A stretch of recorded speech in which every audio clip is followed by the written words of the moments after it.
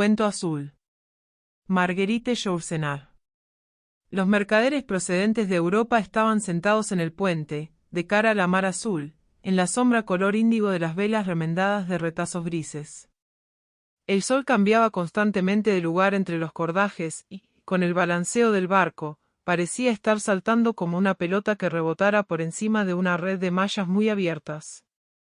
El navío tenía que virar continuamente para evitar los escollos. El piloto, atento a la maniobra, se acariciaba el mentón azulado.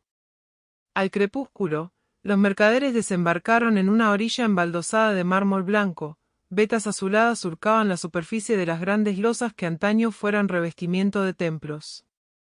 La sombra que cada uno de los mercaderes arrastraba tras de sí por la calzada, al caminar en el sentido del ocaso, era más alargada, más estrecha y no tan oscura como en pleno mediodía. Su tonalidad, de un azul muy pálido, recordaba a la de las ojeras que se extienden por debajo de los párpados de una enferma. En las blancas cúpulas de las mezquitas espejeaban inscripciones azules, cual tatuajes en un seno delicado. De vez en cuando, una turquesa se desprendía por su propio peso del artesonado y caía con un ruido sordo sobre las alfombras de un azul muelle y descolorido. Se levantó la luna y emprendió una danza errática, como un espíritu endiablado, entre las tumbas cónicas del cementerio. El cielo era azul, semejante a la cola de escamas de una sirena, y el mercader griego encontraba en las montañas desnudas que bordeaban el horizonte un parecido con las grupas azules y razas de los centauros. Todas las estrellas concentraban su fulgor en el interior del Palacio de las Mujeres. Los mercaderes penetraron en el patio de honor para resguardarse del viento y del mar, pero las mujeres, asustadas, se negaban a recibirlos y ellos se desollaron en vano las manos a fuerza de llamar a las puertas de acero, relucientes como la hoja de un sable. Tan intenso era el frío, que el mercader holandés perdió los 5 dedos de su pie izquierdo. Al mercader italiano le amputó los dedos de la mano derecha una tortuga que él había tomado, en la oscuridad, por un simple cabujón de lapislázuli. Por fin, un negrazo salió del palacio llorando y les explicó que, noche tras noche, las damas rechazaban su amor por no tener la piel suficientemente oscura. El mercader griego supo congraciarse con el negro merced al regalo de un talismán hecho de sangre seca y de tierra de cementerio. Así es que el nubio los introdujo en una gran sala color ultramar y recomendó a las mujeres que no hablaran demasiado alto para que no despertaran los camellos en su establo y no se alterasen las serpientes que chupan la leche del claro de luna. Los mercaderes abrieron sus cofres ante los ojos ávidos de las esclavas, en medio de olorosos humos azules, pero ninguna de las damas respondió a sus preguntas y las princesas no aceptaron sus regalos. En una sala revestida de dorados, una china ataviada con un traje anaranjado los tachó de impostores, pues las sortijas que le ofrecían se volvían invisibles al contacto de su piel amarilla. Ninguno advirtió la presencia de una mujer vestida de negro, sentada en el fondo de un corredor, y como le pisaran sin darse cuenta los pliegues de su falda, ella los maldijo invocando al cielo azul en la lengua de los tártaros, invocando al sol en la lengua turca, e invocando la arena en la lengua del desierto. En una sala tapizada de telas de araña, los mercaderes no obtuvieron respuesta de otra mujer, vestida de gris, que sin cesar se palpaba para estar segura de que existía. En la siguiente sala, color grana, los mercaderes huyeron a la vista de una mujer vestida de rojo que se desangraba por una ancha herida abierta en el pecho, aunque ella parecía no darse cuenta, ya que su vestido no estaba ni siquiera manchado. Pudieron al cabo refugiarse en el ala donde estaban las cocinas y allí deliberaron acerca del mejor medio para llegar hasta la caverna de los zafiros. Constantemente los molestaba el trajín de los aguadores, y un perro sarnoso fue a lamer el muñón azul del mercader italiano, el que había perdido los dedos. Al fin, vieron aparecer por la escalera de la bodega a una joven esclava que llevaba hielo granizado en una taifor de cristal turbio. Lo depositó sin mirar dónde, sobre una columna de aire, para dejarse las manos libres y poder saludar, levantándolas hasta la frente, donde llevaba tatuada la estrella de los magos. Sus cabellos azul negro fluían desde las sienes hasta los hombros, sus ojos claros miraban el mundo a través de 2 lágrimas, y su boca no era sino una herida azul. Su vestido color lavanda, de fina tela desteñida por hartos lavados, estaba desgarrado en las rodillas, pues la joven tenía por costumbre prosternarse para rezar y lo hacía constantemente. Poco importaba que no comprendiera la lengua de los mercaderes, pues era sordomuda. Así, se limitó a sentir gravemente con la cabeza cuando ellos inquirieron cómo ir hasta el tesoro, mostrándole en un espejo sus ojos color de gema y señalando luego la huella de sus pasos en el polvo del corredor. El mercader griego le ofreció sus talismanes, la niña los rechazó como lo hubiera hecho una mujer dichosa, pero con la sonrisa amarga de una mujer desesperada. El mercader holandés le tendió un saco lleno de joyas, pero ella hizo una reverencia desplegando con las manos el pobre vestido todo roto, y no le fue posible adivinar si es que se juzgaba demasiado indigente o demasiado rica para tales esplendores. Luego, con una brizna de yerba levantó el picaporte de la puerta y se encontraron en un patio redondo como el interior de un pozal, lleno hasta los bordes de la fría luz matinal. La joven se sirvió de su dedo meñique para abrir la segunda puerta que daba a la llanura, y, uno tras otro, se encaminaron hacia el interior de la isla por un camino bordeado de matas de aloe. Las sombras de los mercaderes iban pegadas a sus talones, cual 7 víboras pequeñas y negras, en tanto que la muchacha estaba desprovista de toda sombra, lo que les dio que pensar si no sería un fantasma. Las colinas, azules a distancia, se volvían negras, pardas o grises a medida que se aproximaban. Sin embargo, el mercader de la Turena no perdía el valor y para darse ánimos cantaba canciones de su tierra francesa.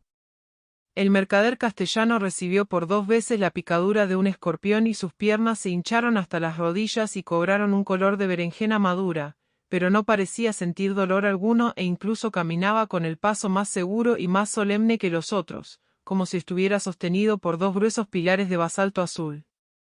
El mercader irlandés lloraba viendo cómo gotas de sangre pálida perlaban los talones de la muchacha, que andaba descalza sobre cascos de porcelana y de vidrios rotos. Cuando llegaron al sitio, tuvieron que arrastrarse de rodillas para entrar a la caverna, que no abría al mundo más que una boca angosta y agrietada.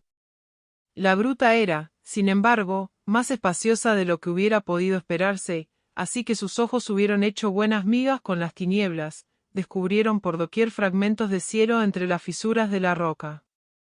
Un lago muy puro ocupaba el centro del subterráneo, y cuando el mercader italiano lanzó una guija para calcular la profundidad, no se la oyó caer, pero se formaron pompas en la superficie, como si una sirena bruscamente desesperada hubiera expelido todo el aire que llenaba sus pulmones.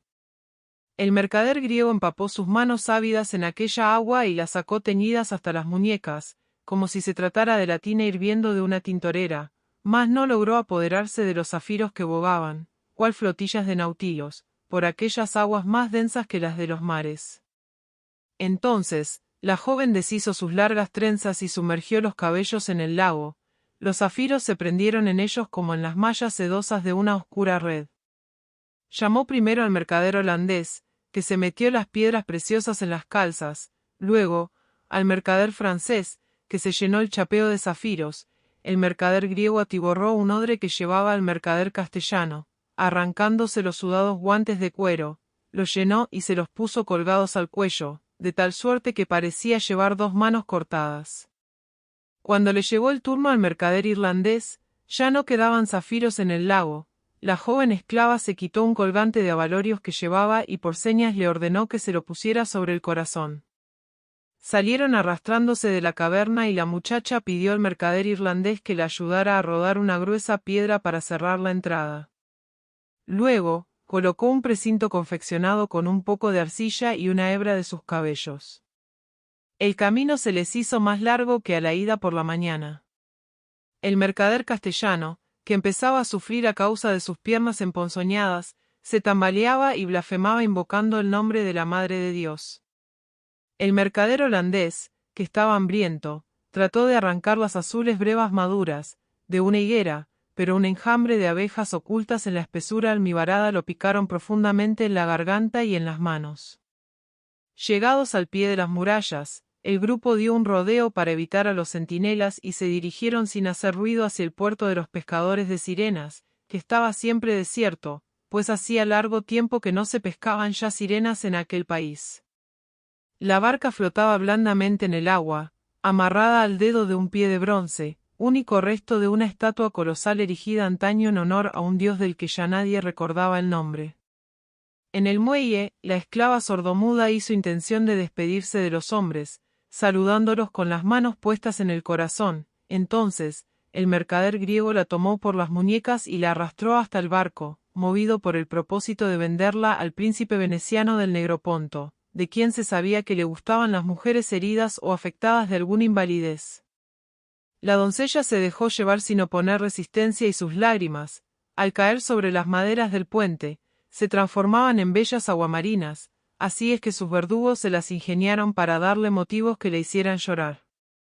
La dejaron desnuda y la ataron al palo mayor. Su cuerpo era tan blanco que servía de fanal al barco en aquella noche clara navegando entre las islas. Cuando hubieron terminado su partida de palillos, los mercaderes bajaron a la cabina para echarse a dormir. Hacia el alba, el holandés subió al puente aguijoneado por el deseo y se acercó a la prisionera, dispuesto a violentarla. Mas he aquí que la niña había desaparecido, las ligaduras colgaban, vacías, del tronco negro del mástil, como un cinturón demasiado ancho, y en el lugar donde se habían posado sus pies suaves y delgados no quedaba otra cosa que un mantoncito de yerbas aromáticas que exhalaban un humillo azul. En los días que siguieron reinó una calma chicha, y los rayos del sol, que caían a plomo sobre la lisa superficie color de algas, producían un chirrido de hierro candente sumergido en agua fría. Las piernas gangrenadas del mercader castellano se habían puesto azules como las montañas que se columbraban en el horizonte y purulentos regueros se deslizaban desde las tablas del puente hasta el mar. Cuando el sufrimiento se hizo intolerable, el hombre sacó del cinturón una ancha daga triangular y se cercenó a la altura de los muslos las dos piernas envenenadas. Murió agotado al despuntar la aurora, después de haber legado sus zafiros al mercader suizo, que era su enemigo mortal. Al cabo de una semana recalaron en Esmirna y el mercader de Turena, que siempre había temido al mar, optó por desembarcar, con intención de continuar su viaje a lomos de una buena mula. Un banquero armenio le cambió los zafiros por 10.000 monedas con la efigie del preste Juan. Eran piezas perfectamente redondas y el francés cargó alegremente con ellas hasta 13 mulos, pero, así que llegó a Angers, tras 7 años de viaje, se encontró con la sorpresa de que las monedas del monarca preste no tenían curso en su país. En Ragusa, el mercader holandés trocó sus zafiros por una jarra de cerveza servida en el mismo muelle, pero tuvo que escupir aquel insulso líquido aventado que no tenía el mismo gusto que la cerveza de las tabernas de Ámsterdam. El mercader italiano desembarcó en Venecia con el propósito de hacerse proclamar dogo, mas pereció asesinado al día siguiente de sus nupcias con la laguna. En cuanto al mercader griego, se le ocurrió atar los zafiros a un cabo largo y suspenderlos en el costado de la barca, esperando que el contacto con las olas fuera benéfico para su hermoso color azul. Al mojarse, las gemas se volvieron líquidas y apenas se añadieron al tesoro del mar unas pocas gotas de agua transparente. El hombre se consoló pescando peces y asándolos al rescoldo de la ceniza. Un atardecer, al cabo de 27 días de navegación, el barco fue atacado por un corsario. El mercader de Basilea se tragó sus zafiros para sustraerlos de la avaricia de los piratas y murió de atroces dolores de entrañas. El griego se echó al mar y fue recogido por un delfín, que lo condujo hasta Tinos. El irlandés, molido a golpes, fue dejado por muerto en la barca, entre los cadáveres y los sacos vacíos. Nadie se tomó la molestia de quitarle el colgante de falsas piedras azules, que no tenía ningún valor. 30 días más tarde, la barca a la deriva entró por sí misma en el puerto de Dublín y el irlandés echó pie a tierra para mendigar un pedazo de pan. Estaba lloviendo. Los tejados oblicuos de las casas bajas sugerían grandes espejos destinados a captar los espectros de la luz muerta. La calzada desigual se encharcaba más y más, el cielo, de un parduzco sucio, parecía tan cenagoso que ni los ángeles se hubieran atrevido a salir de la casa de Dios. Las calles estaban desiertas, el puesto de un mercero ambulante, que vendía calcetines de lana cruda y cordones para los zapatos, se veía abandonado al borde de una acera debajo de un paraguas abierto. Los reyes y los obispos esculpidos en el pórtico de la catedral no hacían nada para impedir que cayera la lluvia sobre sus coronas o sus mitras, y la Magdalena recibía el agua en sus senos desnudos. El mercader, todo desalentado, fue a sentarse bajo el pórtico junto a una joven mendiga, tan pobre que su cuerpo, azulenco de frío, se veía a través de los desgarrones de su vestido gris. Sus rodillas se entrechocaban ligeramente, sus dedos cubiertos de sabañones apretaban un mendrugo de pan. El mercader le pidió por el amor de Dios que se lo diera, y ella se lo tendió en el acto. El mercader hubiera querido regalarle el colgante de abalorios azules, puesto que no tenía ninguna otra cosa que ofrecer, mas en vano buscó en sus bolsillos, alrededor de su cuello, entre las cuentas de su rosario. No hallándolo, se echó a llorar desconsolado. No poseía ya nada que pudiera recordarle el color del cielo y la tonalidad del mar en donde había estado a punto de perecer. Suspiró profundamente, como el crepúsculo y la fría niebla se espesaban en derredor, la muchachita se apretujó contra él para darle calor. El hombre le hizo preguntas acerca del país y ella le contestó en el tosco dialecto del pueblo que dejara antaño, siendo aún muy chico. Entonces, apartó los cabellos desgreñados que cubrían el rostro de la mendiga, pero tan sucio estaba que la lluvia iba trazando en él regueritos blancos, y el mercader descubrió horrorizado que la niña era ciega y que una siniestra nube velaba el ojo izquierdo. No dejó por ello, sin embargo, de posar su cabeza en aquellas rodillas mal cubiertas de harapos y se durmió sosegado. El ojo derecho, que había visto privado de mirada, era milagrosamente azul. Fin.